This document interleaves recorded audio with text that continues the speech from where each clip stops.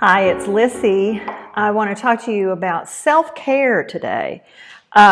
This is not just a women's issue, but I think it really affects women because we are raised to be helpers, and a lot of times we will help others to the exclusion of our taking care of ourselves. So that's what I want to talk about today. Let me tell you, first of all, that we are having a heat wave here in Austin, Texas, and our air conditioner is not working very well today. So I will probably get to be a little bit glowy during this talk, and that's okay. That's my body doing its best to keep me cool. So today I wanted to talk again about self-care. And when I first started hearing about this topic decades ago, I don't know, time just flies by, doesn't it? What we were mainly thinking about was things like getting your nails done, or getting a makeover, or taking a bubble bath.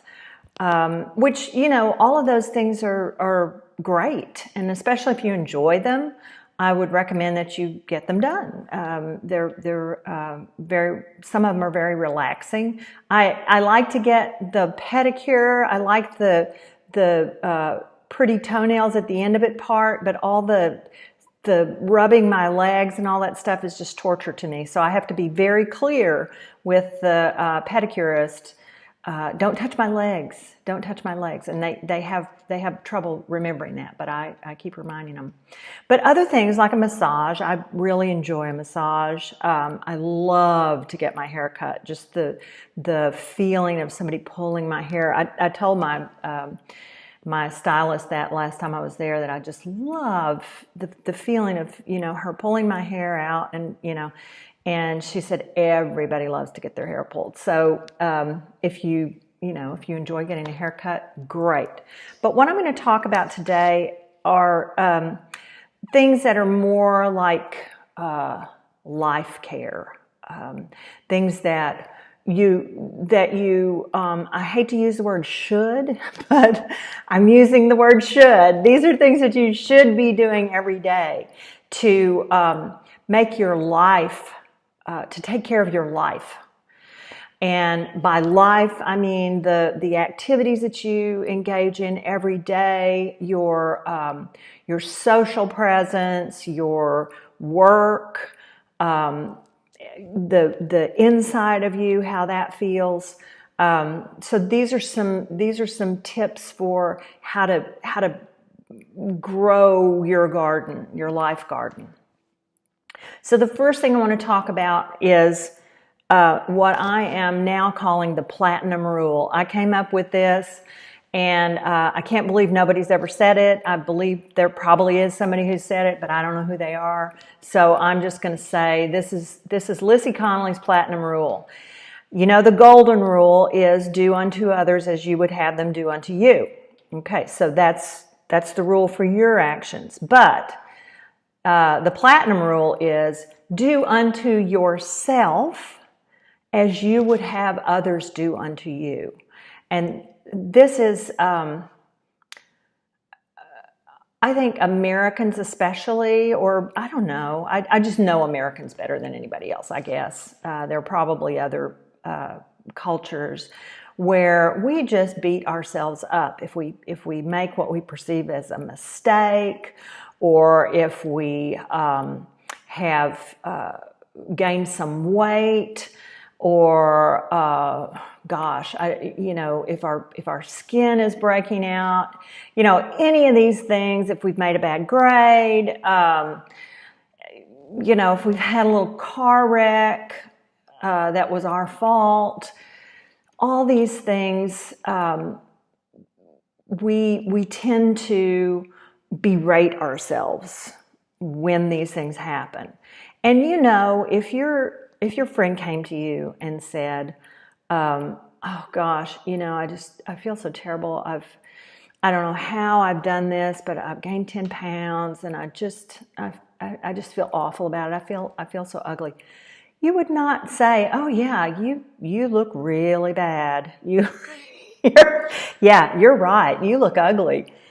You're out of control. You don't know how to treat yourself. You're eating too much. You're just a slob. Nobody's ever going to love you. You would never, never, ever say that to your friend. And so why do you say it to yourself?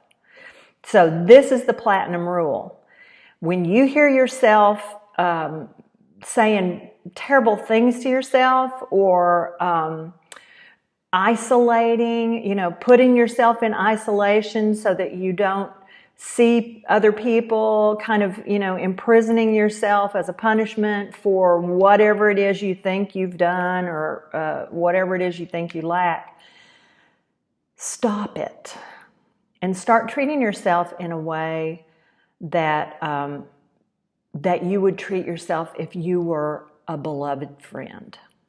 Because who deserves it better than yourself, right? And as I said in the perfection video, you have in you everything you need for greatness, right? Everybody does. And so you deserve gentle treatment just as much as anybody else does, okay? Now, so that's self-talk. Learn how to listen to what your thoughts are. If they're going in a negative direction, if they're, it may even be in somebody else's voice. It may be in, a parent who was mean to you, or a teacher who was mean to you. It may be in somebody else's voice, but it's in your head. It's not them talking anymore. It's you. So some ways you can do that. You can just have something written down. That's always good, like a little affirmation.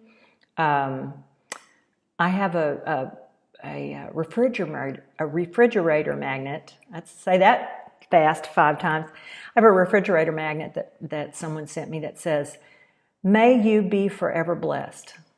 And for some reason, just that little, knowing that a person sent me that and wishes that for me, every time I read it, it just makes me feel like $1,000,000. So find a little phrase or a picture or something that you can bring into your mind that that will short circuit that negative talk to yourself. The next thing I want to talk about is connection. These days, especially if you work at home, which more and more people do, it's really easy to get out of touch with others. And I think that as human beings, we are pack animals, and we need to belong to either a group or have connection with several individuals. A circle of friends is absolutely vital. So if you are out of touch with people, if you've been working at home for a long, long time, there's several ways that you can reconnect. One way is to make a coffee date. Everybody has time for coffee. So if you have a friend that you haven't seen in a long time, or if you have met somebody that you would like to become friends with, or just find out more about, make a coffee date and go and have coffee with somebody. An hour is plenty. And, in the middle of your day, especially, like I say, if you're working at home, take a little break, go out, connect with some folks.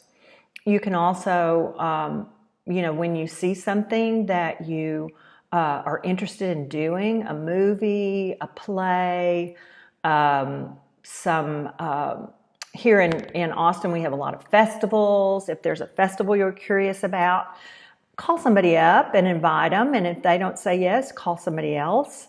It's an excellent way to make a connection and just expand your knowledge in your life. Another thing that you can do that I've done all my life is become part of a church.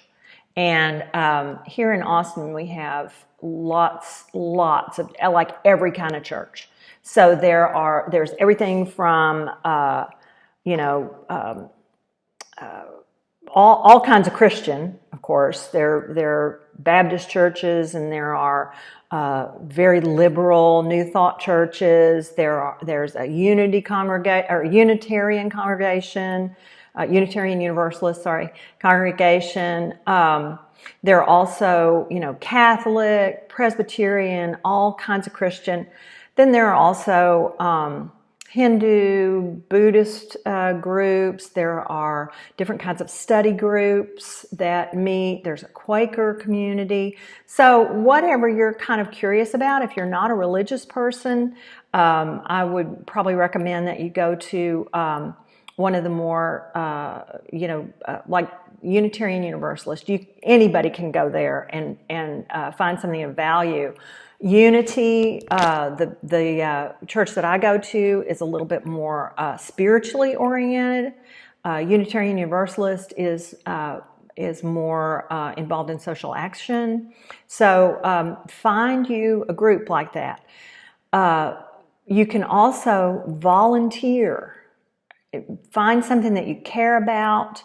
Volunteer. If you find something that you care about, all the people that you see at that place when you go to volunteer will have something in common with you, and likely you'll make some new friends.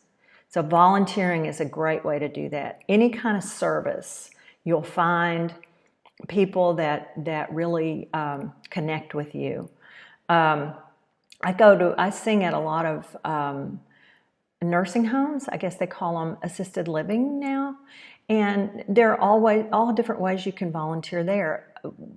Old ladies love to have their fingernails painted. So you could just go and paint somebody's fingernails and visit, and they will just love you there. So make a connection. So positive self-talk, make connections, vision for your life.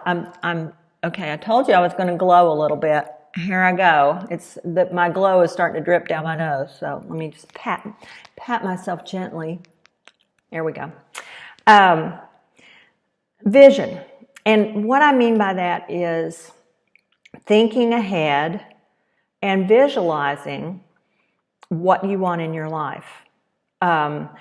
You could call it goal setting if you like, but think about something that you would like to do. My mother lived to be 93 years old, and up until the last year of her life, she was planning something. She was planning next season's garden. She was planning a cruise that she would take all the family on. She was planning a trip back to her hometown and a shopping trip.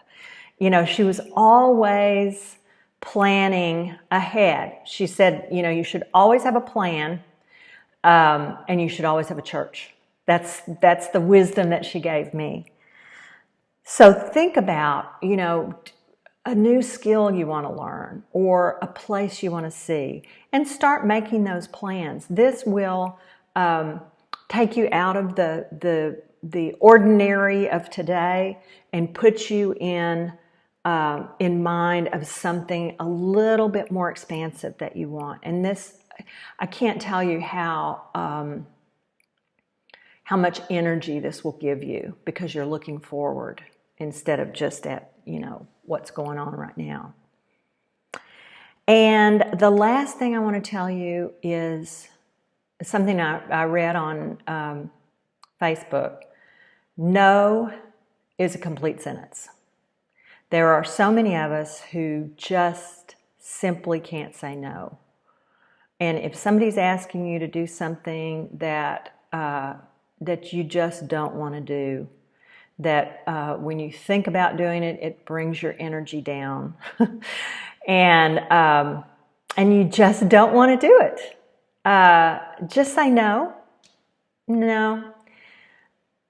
I had to recently. I had been on the board of trustees at my church for 3 years. I had a 3-year term, and by our bylaws, you're able to have 2. You can run for another term.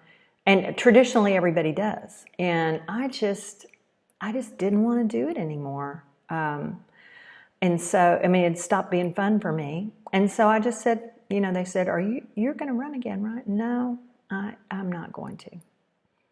And that's it. I mean, you don't have to, you know, if somebody says, well, why aren't you going to do it? Well, because I don't want to.